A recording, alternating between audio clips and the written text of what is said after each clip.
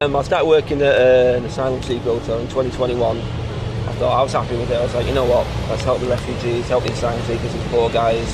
Within 2 weeks, I was like, what the hell's going on? What was your role there? So I was services manager. Right. So basically, looking after being told all you got to do, serve a buffet, just keep on top of paperwork, and that's great. So it's obviously run by Serco. First day, coach comes in, plus loads of them, get 170 guys, like, where the fuck's the family, you know, the women, the children. And I saw the cost. Yeah. 87 grand for the week. Yeah, 87k a week. That doesn't matter if we've got 30 people there. If there's only 30 guys in, Serco, the government will still pay for 170. So anyway, come in, first day, have the buffet. Got chicken legs, got rice, got chips, got veg, got a water station, juice station. Come over, look you around. What the fuck is this? Take one bite, throw it on the floor. What, the people were saying there? Yeah, the asylum seekers. Oh, I know. I was like, whoa, what's the problem? He's like, there's food, shit. You expect me to eat that? He says, I've just had some, it's fine. And he goes, I won't feed this to my dog, this is disgusting. Wow. I was like, if you're fleeing asylum, if you're supposed to be a refugee, why are you complaining about quality of the food? Yeah. It's crazy. Wow. So complaining about the food. Yeah. What people don't realise is about 20% of them don't want their asylum accepted. They don't. No.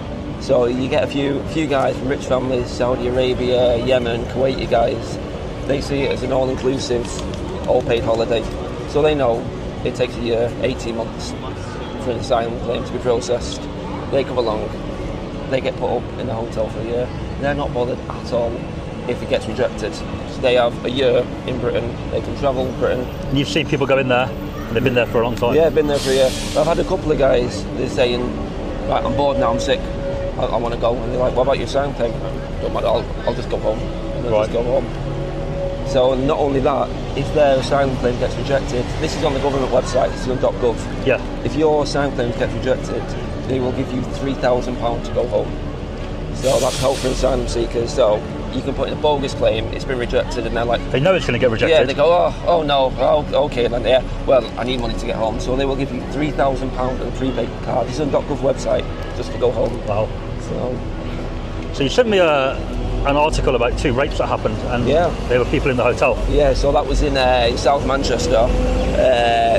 These guys go off to the pub, follow up. I think what happened is they followed a woman home, or I don't know if she took them home. Anyway, ended up raping her. Getting all police come, arrested, charged, gets in the news.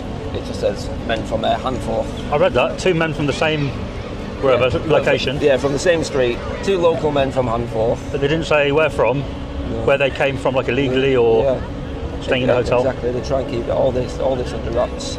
So what happened when the police came? Did the police come into the hotel? Yeah, police came, arrested him, knocked on. Obviously, they don't even speak much English, so they have to get interpreters to do that. They got arrested, got charged, went to court, but... It's in September, right? I think?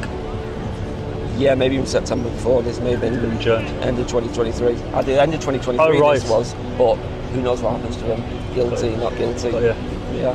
Wow. So you see a lot of stuff in these hotels. You do.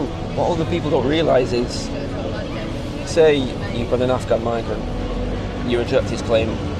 How would you send him back to Afghanistan? How would you? Would you mean how do you police it? How do you physically get him to Afghanistan? Right. So they don't come in and force them to go. Take them to the airport. Take them to the airport, and then what do you do? I don't know. You can put them on a plane. Right. They could go and come. Well, they could. Yeah, you can put them on the plane, but what you got to do? You're going to ring Afghanistan, coming by the Taliban. You're going to ring the Taliban and go, and say, I've got 30 guys to come back. We've got no dialogue with the Taliban, so even if you've got Afghans, we're not going to land a plane in Kabul and drop them off. So Afghan Syrians, they have a 0% enforced return rate because we've got no dialogue with the government. You can't take them. So you can't check if they've arrived, right? No, not arrived. We can't land a plane in Syria. We can't land a plane in Afghanistan. So that's why when they know there, if we've got no dialogue with these governments. You know, you can't ring up the Syrian government or the Taliban. Can we drop a plane load of your guys off? It's not going to happen. So we have a 0% enforced return rate for Afghans. What are some of the craziest things you've seen in that hotel, just off the top of your head? Like, Mostly, there's been fights with knives. The thing is, I had 170 single guys from 18 different countries. And they're mostly men or all men in your hotel? All men. So I think 8 out of 10 hotels will be purely for single males. So they either have ones for single male or then mixed families, children, etc. Yeah. I think about 80% of them are single male hotels there. But you're putting guys from 18 different countries all in one. Obviously, there's fights going on. The Blades, you've got your Christians, you've got your Muslims over there. The daily fights, obviously. I've sent you a few videos there to be. And the NHS letter I found. Yeah, letters. That's true, right? Yeah, letters. They'll get everything there. So everything from free prescriptions. You will even get taxis to medical appointments. Taxis to the medical. I've seen the taxis leaving, so it must be. Yeah, so they'll have a contract with their local cab company. If they've got a doctor's appointment, hospital appointment, they're like, I can't get there, even though they get a little bit of money. Yeah. They're like, taxis there. Right. So taxi bill with thousands a month, and because they're all obviously Serco is also mostly run by migrants, they get friendly with them. So in my hotel in South Manchester, the closest hospital is in South Manchester, and it's about half an hour from Rusholme. I don't know if you know Rusholme. No, I don't. So it basically looks like Mogadishu. It's basically it looks like Middle Eastern delight.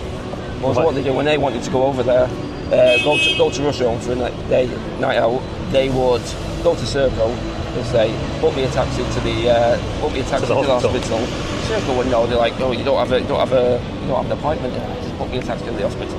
Just getting free taxis there. They have a night out and come home. Yeah. Right. Bad, isn't it? Unbelievable. This is the thing that people don't realise about no enforced returns, £3,000, just stay happy and sign a claim rejected. And basically, when they come, they'll have a list of they'll get a criminal human rights lawyer. They'll say, right, pick one of 5, 6 things. Easiest one, I'm gay and I live in a Muslim country. Right. How are you going to prove you're gay? Yeah. You'll have 2 mates come over and they'll say, yeah, we're both gay. We're not gay together, we're mates, but we're both gay. And then what are you going to say? Prove it. Go on then. Yeah. Let's prove it. Even if it gets rejected, human rights come in. I'll be tortured if I go back to my country. I live in a Muslim country. I'm gay. A couple of them, they had wives. They had girlfriends, or even one of them who said he was gay. He had a girlfriend from the town that was in. But again, how can you prove this? How can you prove? You're gay? You're right. Yeah, I'm good, mate. Yeah, good thing, mate. You beat it today? Yeah, he's coming up in a minute. Yeah. He's in town now, but. Right, I'll go then. So, as an ex-employee at these places, what would you like? Why did you leave? Was it over that, or no? So basically, the contract expired. And how much money was that altogether? Would you say? So you do the math. So 87k a week for 2.5 years. So that's how much it was. Yeah. So I think they took about 12 million. So when the contracts ended, and we were thinking, right, we're going to reopen, normal hotel, normal people, the owner was like, we don't even need to reopen. Yeah, we've got the money. We've got 12 million in the bank. All you got to do, give them breakfast, lunch and dinner 3 times a day. They clean their own rooms. They get the laundry. I've seen the laundry being done at the one in London. Yeah. Is that fully their clothes, or is that just the bedding? No. So obviously, bedding is like any normal hotel. Bedding will get sent They off. replace it and send it. Okay. Yeah, which is like normal hotel. Yeah. But obviously hotels don't have industrial washing machines. No. So if you've got 170 guys, you've got 170 loads of clothes or loads of washing on, so they'll contact a local cleaning company. So the hotel's paid for? Yeah, again, that's the washing's paid for? Yeah, we're paid for by Serco, yeah. So they pop it in a bin bag on Tuesday, pop the room number on, pick it up Thursday, folded, ironed, dry cleaned, there in a nice bag. It's a good life, isn't it? Amazing, absolutely nothing. We're talking, they're getting the clothes ironed 3 meals a day. They have toiletries. We don't think about toiletries. So in one of the storerooms, I've seen some of the. It's like an aisle in Boots. Yeah. So we go to Serco and they're like, I need this. So they go in. They'll take a toothpaste, shaving gel, razors, anything you need, shampoo, etc. So just checking someone's coming. Right. Very, very interesting. A lot of people suspect, a lot of people suspicious of it, rumours. Yeah. Some of it's confirmed, like NHS. What you hear is 98% true. There's a lot. Like I said before I started, I was a left-wing socialist. I was like, no, help these guys. And then after 2 years, you're just like... So has that changed your opinion on things? 100%. Working in a hotel like that? 100%. Yeah, it's not just innocent people, well, all innocent people who want help. Yeah. A lot of people taking the piss. 100%. Yeah. I'd say maybe... There are some genuine guys. Yeah, I've met them. Refugees, maybe 10-15%.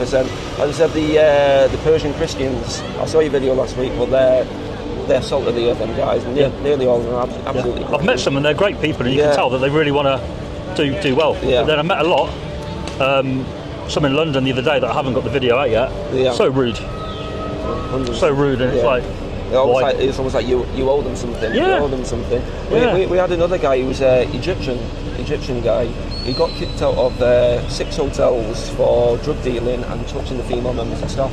Flip it out, man. And what happens is, so if you don't follow by the rules of Circle that hotel, the only thing they will do is transfer you to another hotel. So they kick you out, but they just put you somewhere else. They kick you out, but then they will also provide transport with you to another hotel.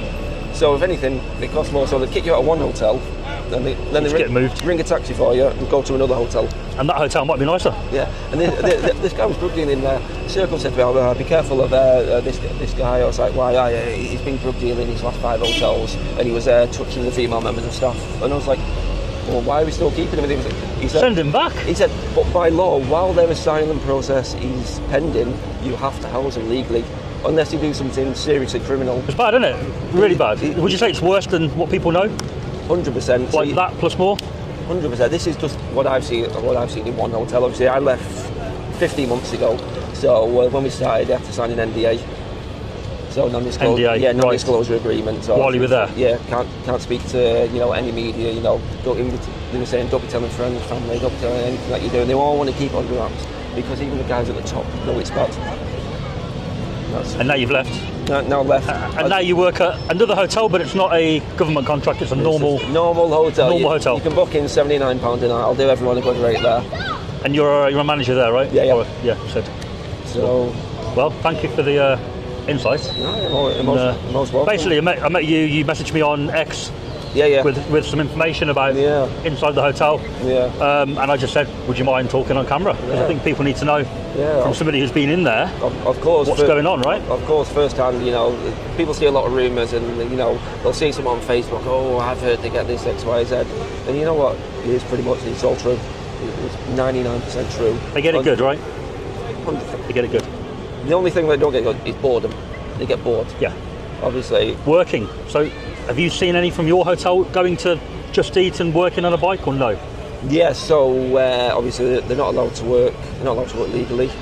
There was bikes there. It wasn't too big because we were South Manchester, Cheshire. It's not as big as you can see around here. But there's a few there. You had the odd one too. Yeah.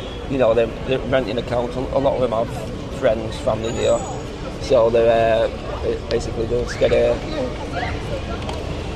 Yeah, there's one now. Yeah. Going past. Yeah. He might be perfectly legal, but there's a lot around here today. A lot. 100%. But you get your brother, sign you up. There you go. You're making the money there.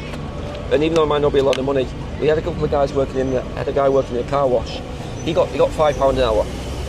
That's all he got. £5 an hour doesn't sound a lot, but he worked 8 hours a day, £40. 6 days a week. That's £200 a week. He's got nothing to spend. Exactly. £200 a week, £800 a month. So he has £800 a month to spend on what he wants. And then absolutely nothing. So after 1 month, he bought a brand new iPhone.